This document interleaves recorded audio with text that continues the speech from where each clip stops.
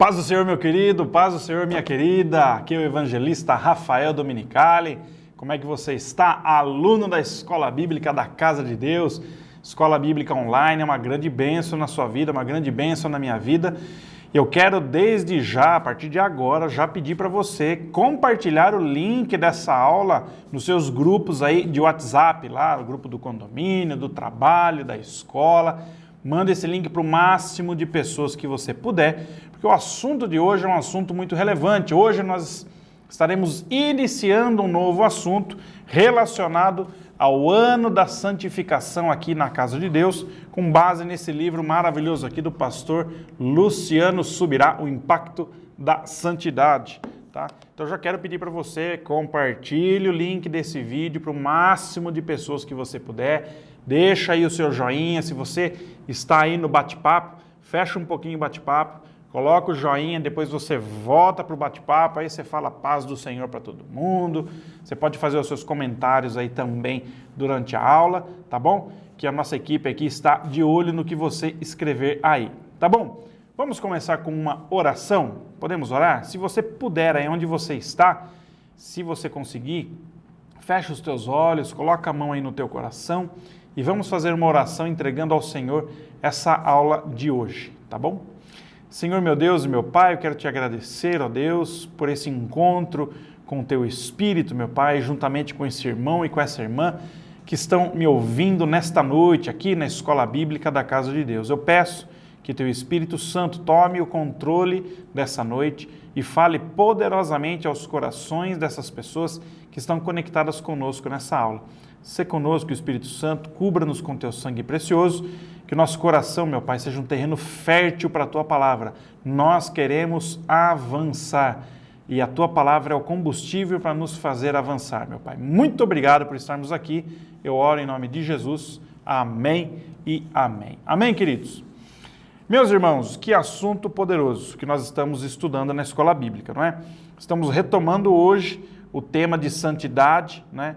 E hoje nós vamos falar exatamente o tema Santidade ao Senhor. Essa aula, ela está dividida em duas, então hoje eu vou dar uma parte do capítulo 11 do livro do pastor Luciano Subirá e no sábado que vem nós vamos concluir essa aula. Então é importante que você já esteja preparado aí com o teu livro, se você tem o livro, tá?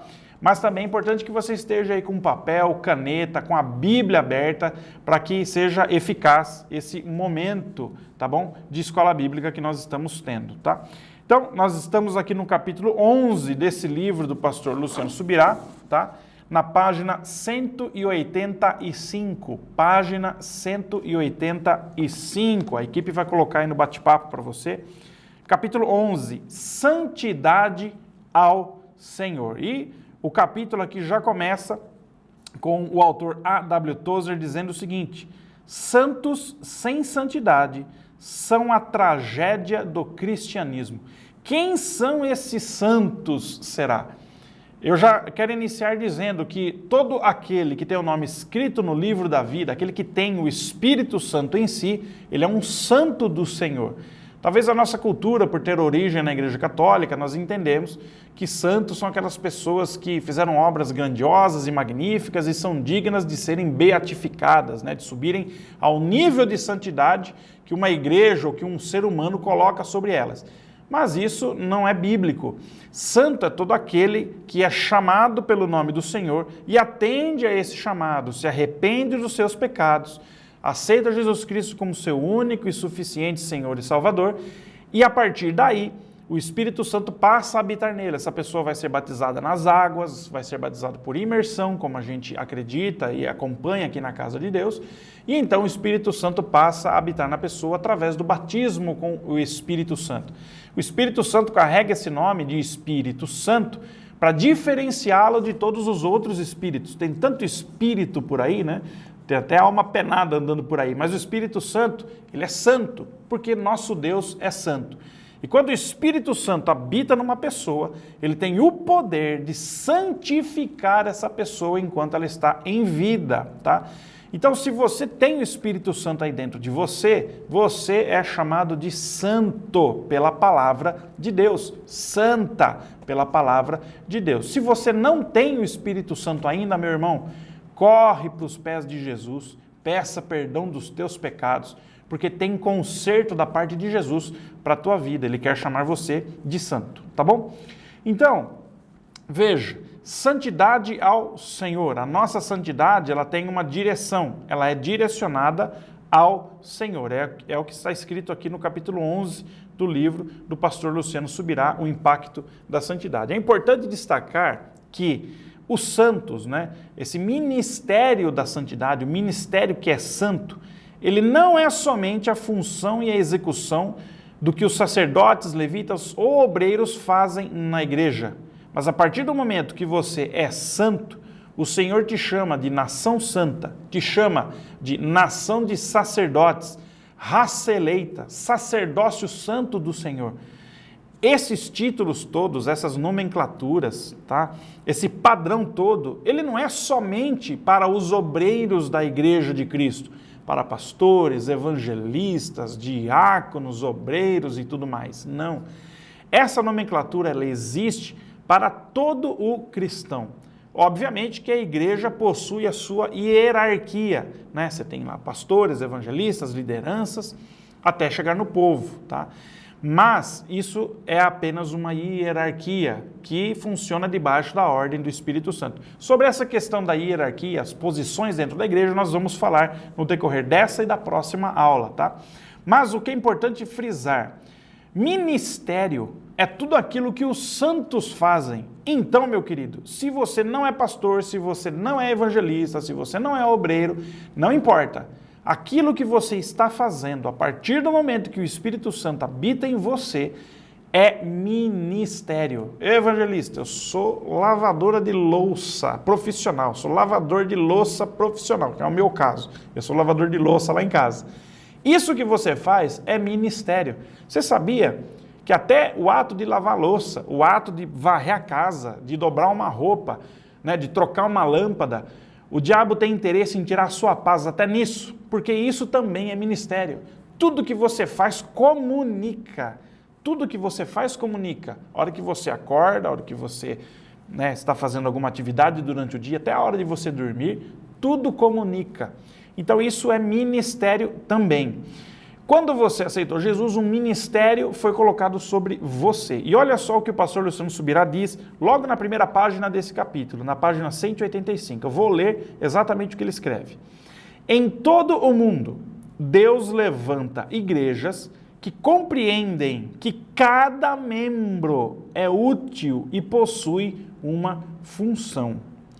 Todos têm um ministério a exercer e devem ser ensinados e incentivados, não apenas a descobrir, mas a assumir esse lugar no reino de Deus. O convite do Senhor para você nessa lição é para que você entenda que você é um ministro onde você estiver. Então coloca aí no bate-papo já.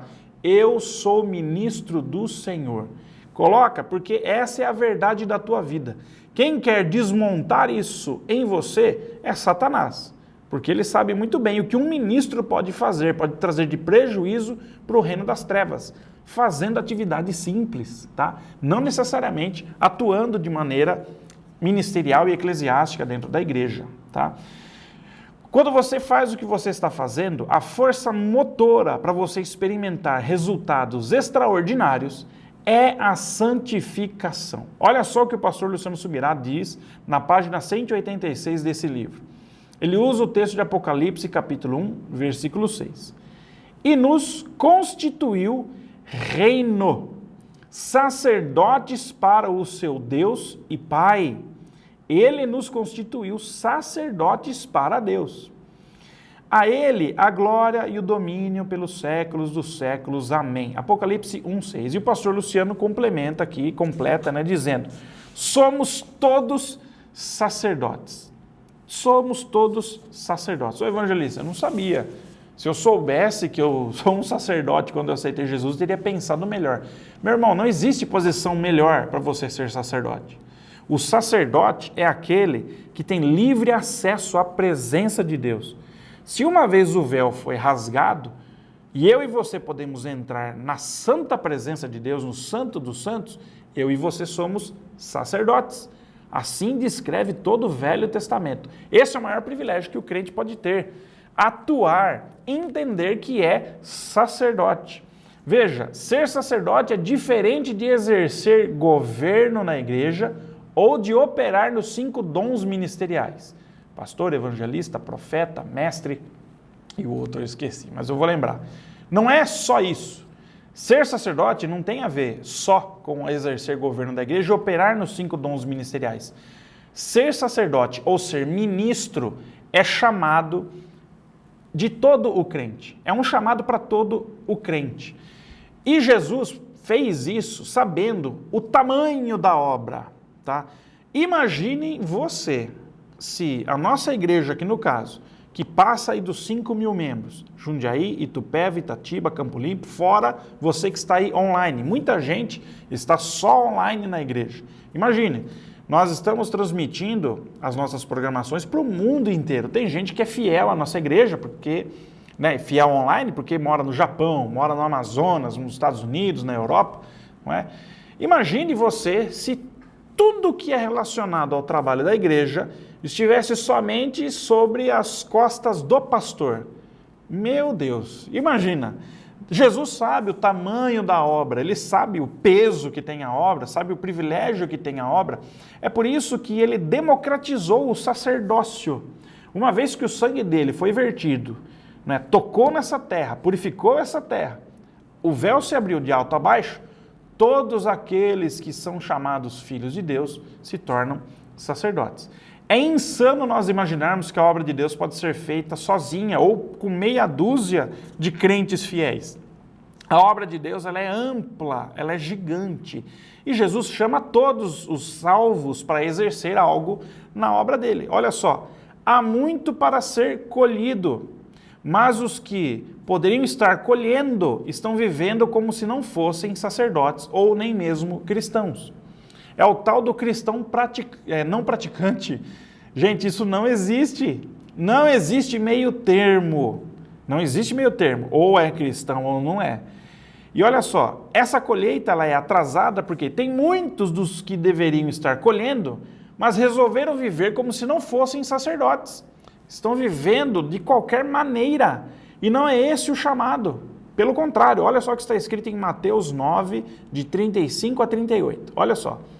E percorria Jesus todas as cidades e povoados, ensinando nas sinagogas, pregando o evangelho do reino e curando toda sorte de doenças e enfermidades. Jesus não parava, literalmente.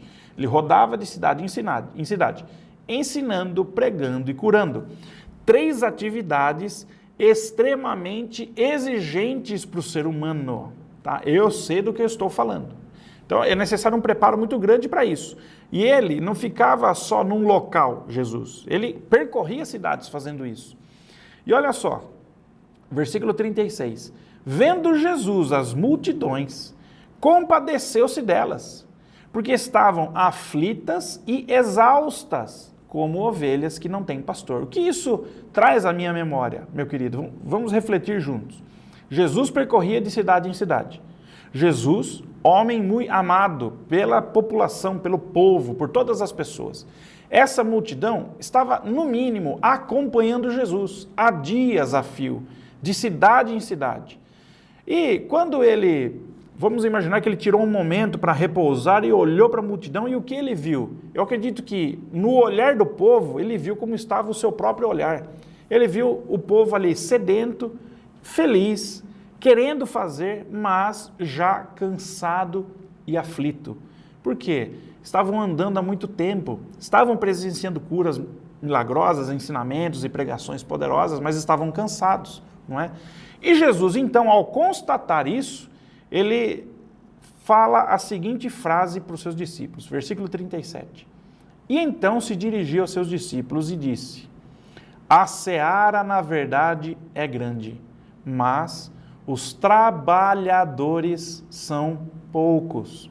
Rogai, pois, ao Senhor da seara, que mande trabalhadores para a sua seara.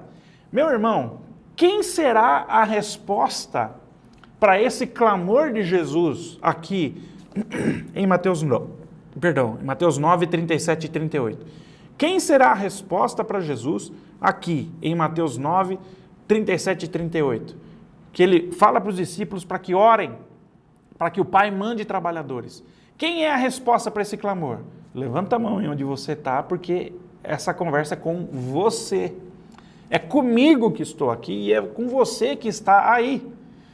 Jesus olhou uma multidão de pessoas necessitadas, como as pessoas que nós vemos aí pelo mundo, e ele constatou que ele estava correndo, ele estava para lá e para cá, e as pessoas talvez não tinham nem tempo de conversar com ele, de ser pastoreada por ele. Por isso que ele disse, olha, eu vi na face delas que eles eram ovelhas, como ovelhas que não tinham pastor.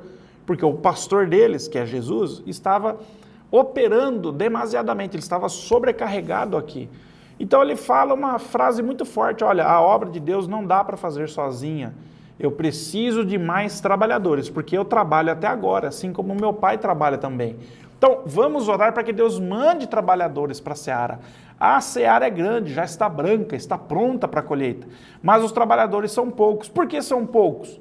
Aqueles que são chamados, lavados e remidos pelo sangue de Cristo, não se posicionam como trabalhadores do reino. Resolvem viver as suas próprias vidas. Não que isso seja errado, mas uma vida de crente que não transborda na vida de outra pessoa é uma vida vazia e com sério risco de se tornar uma vida problemática. E uma vida problemática corre um sério risco de perder a salvação. Crente foi chamado para transbordar na vida do outro. Então, meu irmão, diante de todos esses fatos, essas verdades, esses chamados de Cristo, é necessário que você entenda. Vamos tomar isso agora, corajosamente. Tá? Evangelista, eu estou com medo do que você está falando. Toma posse disso agora, que no decorrer da lição você vai entender da onde vem o poder para você ser sacerdote. É necessário que você tome posse disso agora. Eu sou um sacerdote do Deus Altíssimo. Coloque aí no bate-papo. Eu sou sacerdote do Deus Altíssimo. E você é sacerdote em todo lugar. Você é sacerdote na igreja, você é sacerdote em casa, você é sacerdote no trabalho, você é sacerdote no trânsito, você é sacerdote na sua intimidade com a sua família, na maneira que você trata a sua esposa, na maneira que você trata o seu marido, seus filhos, em todo o seu comportamento. Você é sacerdote. Tá, mas e o que quer dizer ser sacerdote? Sacerdote é alguém que foi separado por Deus para ser santo. O sacerdócio divino, o sacerdócio aqui de Israel, no caso, ele segue um padrão. Esse padrão ele é explícito no livro de Êxodo, no Pentateuco principalmente, mas eu vou destacar aqui o livro de Êxodo porque é justamente o texto que o pastor Luciano Subirá usa aqui no capítulo 11. Vamos ver o que está escrito em Êxodo 28, de 36 a 38. Veja só. Farás também uma lâmina de ouro puro, e nela gravarás a maneira de gravura de sinetes. Santidade ao Senhor. Atá-la-ás com um cordão de estofa azul, de maneira que esteja na mitra, bem na frente da mitra estará. E estará sobre a testa de Arão, para que Arão leve a iniquidade concernente às coisas santas, que os filhos de Israel consagrarem em todas as ofertas de suas coisas santas. Sempre estará sobre a testa de Arão, para que eles sejam aceitos perante o Senhor. Por que ele está falando tanto de Arão aqui? Arão foi o primeiro sumo sacerdote de Israel. Deus levantou Arão para ser o sumo sacerdote, e em cima de Arão, Deus estabeleceu o seu padrão de sacerdócio. O pessoal vai colocar agora aí na tela uma imagem de um sacerdote, destacando aí as vestes sacerdotais. Nesse texto que nós lemos, a imagem vai continuar aí, tá? Preste bem atenção nessa imagem. Nesse texto que nós lemos, nós vemos aí o Senhor pedindo para que Moisés construa uma placa escrita, gravada, uma placa de ouro. Essa placa de ouro, ela é colocada na testa de Arão, o primeiro sumo sacerdote. E, obviamente, que tudo isso vai ser passado para os demais sacerdotes, tá bom? Então, nessa placa está escrito o seguinte: santidade ao Senhor, tá? Ela funciona, como o pastor Luciano Subirá diz aqui no capítulo 11, como se fosse um mini outdoor. Então, vocês imaginem, né? Você está vendo aí o sacerdote na imagem, tá vendo toda a roupa dele, né? A túnica azul, a túnica branca, o cinturão, né? O urim, tumim, o peitoral, a pedra de ônix e a mitra. A mitra é esse turbante, essa coroa que está por cima da cabeça do sumo sacerdote, no caso aí Arão, né? Como o texto que nós lemos. Logo abaixo da mitra, abaixo da coroa, abaixo do turbante, abaixo do sinal do sacerdócio, está essa plaqueta escrito santidade ao Senhor. O que isso quer dizer? Toda vez que alguém olhasse para Arão, como você está vendo essa imagem agora aí, essa pessoa imediatamente era relembrada de qual era a exigência principal para se chegar diante da face de Deus: santidade ao Senhor. Tá? Então, veja que essa plaquinha, como está na imagem aí, está logo abaixo da mitra. E o que isso quer dizer? A mitra é sinal de autoridade. É como se fosse uma coroa na cabeça de um rei. A mitra é sinal de autoridade. Aquela pessoa tem sobre a cabeça um sinal divino. E o fato dessa plaquinha estar embaixo da mitra significa uma coisa: aquilo que sustenta a autoridade do sacerdote é justamente a santidade ao Senhor. Sem a santidade ao Senhor, não existe autoridade na vida do sacerdote. Pode tirar a imagem aí, pessoal. Vocês entenderam? Aquela plaquinha está logo embaixo da mitra, como vocês viram na imagem agora há pouco aí. Isso é um sinal, meu irmão, de que a autoridade só é sustentada pela santidade ao Senhor. Então, é um sinal muito claro de que o sacerdote, para estar ali exercendo o que ele faz, antes de mais nada, basicamente, fundamentalmente, ele precisa ter santidade para com Deus. Essa plaquinha aí, ela é poderosa, foi magnífico estar assim do jeito que ela está. Porque o povo olhava para Arão e sabia que Arão, para estar onde está, precisava estar em santidade ao Senhor. O povo, ao olhar para Arão, lembrava de que, para chegar à presença de Deus, eles também precisavam de santidade ao Senhor. E o sacerdote, como sendo o canal de comunicação entre Deus, né? Entre Deus e o povo e Deus, quando o sacerdote se virava para a face do Senhor, Deus se lembrava também de que o povo que aquele sacerdote estava representando também era um povo santo e devia santidade ao Senhor. Isso é uma comunicação muito forte. Mas veja só, essa placa, ela é esse sinal público diante do povo, ela é um sinal público para o sacerdote, é um sinal para Deus, tá? Dizendo que a base de tudo é a santidade. Mas olha, tudo isso, assim como diz o autor aos Hebreus no capítulo 10, tudo isso, o que acontece no Velho Testamento, é uma sombra do que haveria de vir na nossa era. Nós estamos vivendo o Novo Testamento. Nós estamos debaixo da nova aliança, do Novo Testamento. Então, meu irmão, esse exemplo que Deus dá aqui, esses detalhes que Deus dá em Êxodo, né? Deixa eu ver aqui, Êxodo 28, trazendo aí a ilustração de Arão, é só uma sombra da realidade que ele espera do povo dele hoje. Nós estamos vivendo a realidade. O povo do Velho Testamento viveu uma sombra. É a mesma coisa, eu estou aqui, ó, uma luz boa aqui, e eu estou projetando a minha mão na mesa. Olha, fez uma sombra ali na mesa. Eu sei pela silhueta que é uma mão, mas eu não sei se é uma mão de pele branca, de pele parda, de pele negra, se tem cicatriz, se não tem. Agora, o Novo Testamento, ele traz a mão, a realidade. Aí sim, eu consigo ver os detalhes. Olha, né? A unha está bem cortadinha, esse rapaz aí tem gato em casa, está cheio de arranhão, e é verdade. Então, a realidade é essa, a revelação está aqui no que é físico. Veja, essa riqueza de detalhes, de mensagens poderosas na vestimenta do sacerdote, era apenas uma sombra da realidade que está sobre a sua vida. Então, resumindo, meu irmão, o que Deus espera do seu povo, quando Ele olha para mim, Ele olha para você, Ele espera ver o seguinte, cravado na nossa testa, santidade ao Senhor. Senhor, eu me movo a Ti através da santidade.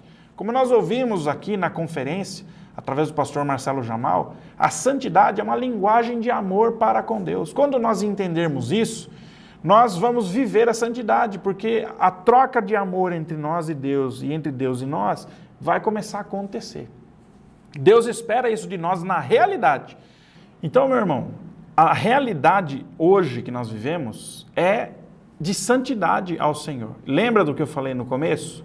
Não é?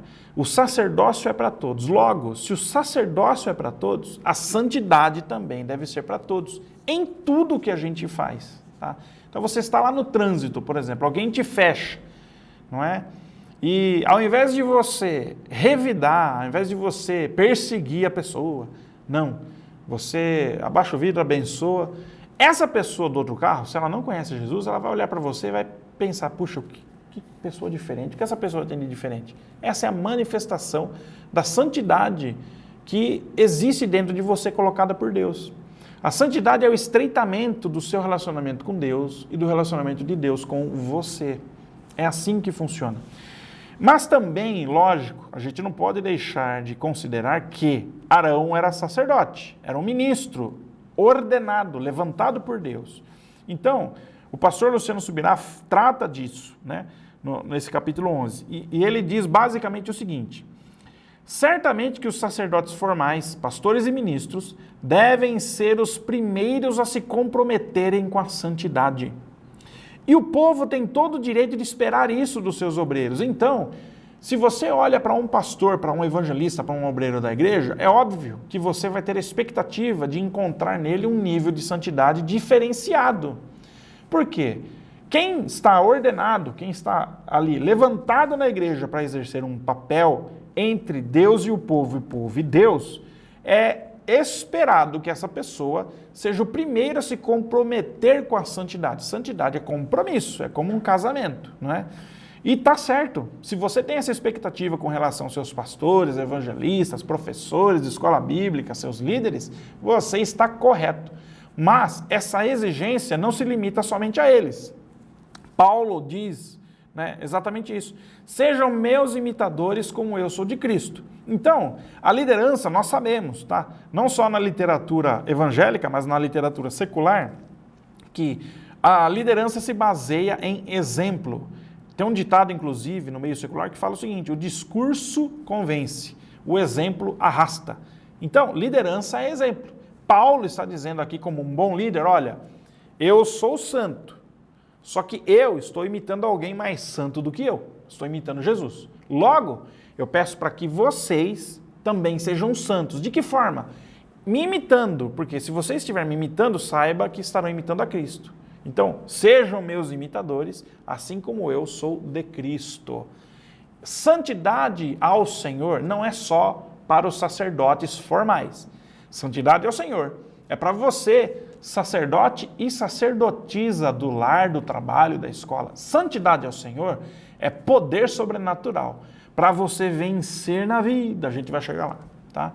Veja só, a preparação para o ministério pede mais do que habilidades, talentos, etc. Envolve caráter, integridade, honra e santidade. Ele fala disso aqui na página 188. 188 e 189, ele está falando disso aqui, tá? E ele fala, na página 188, o exemplo que Paulo dá, anota aí, a equipe vai pôr no bate-papo aí, 2 Timóteo 2, 20 a 22.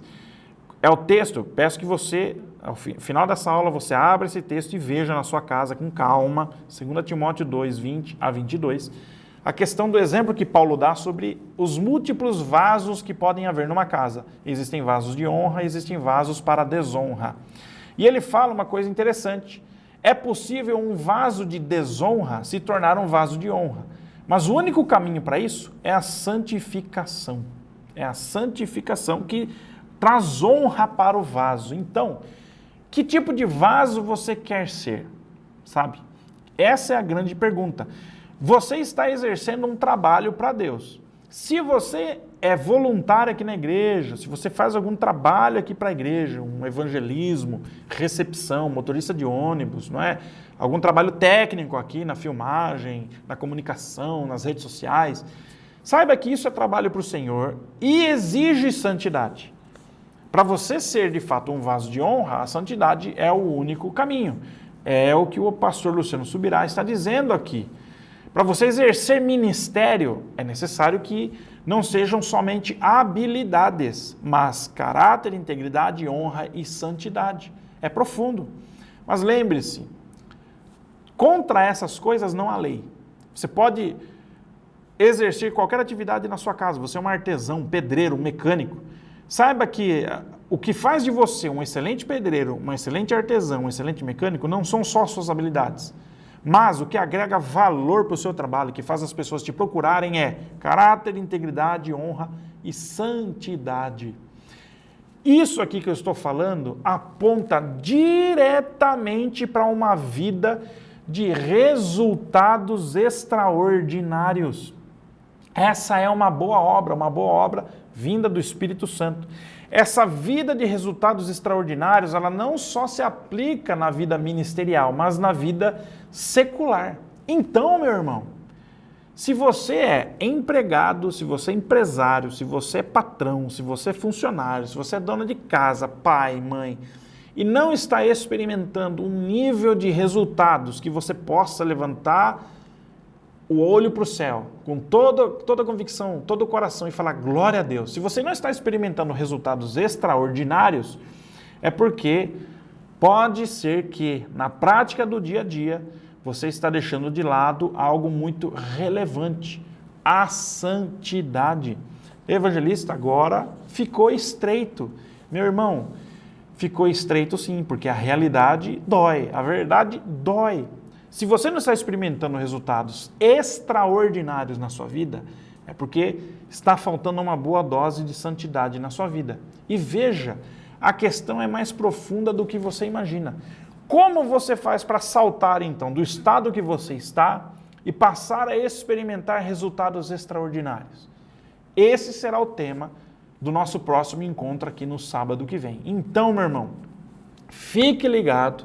Sábado que vem, às 19 horas, nós estaremos aqui online de novo. E eu vou trazer justamente uma luz, conforme o pastor Luciano Subirá escreveu aqui no capítulo 11, sobre uma vida frutífera e de resultados. Meu irmão, existem resultados que você não experimentou ainda, que estão à sua disposição, mas está faltando apenas uma posição, algo para você fazer para tomar posse disso. E isso nós vamos falar no sábado que vem. Coloque aí no bate-papo. Pode pôr. Mas sábado que vem a gente se encontra aqui de novo, tá bom? Um beijo para você, que Deus te abençoe. Em nome de Jesus, até sábado que vem.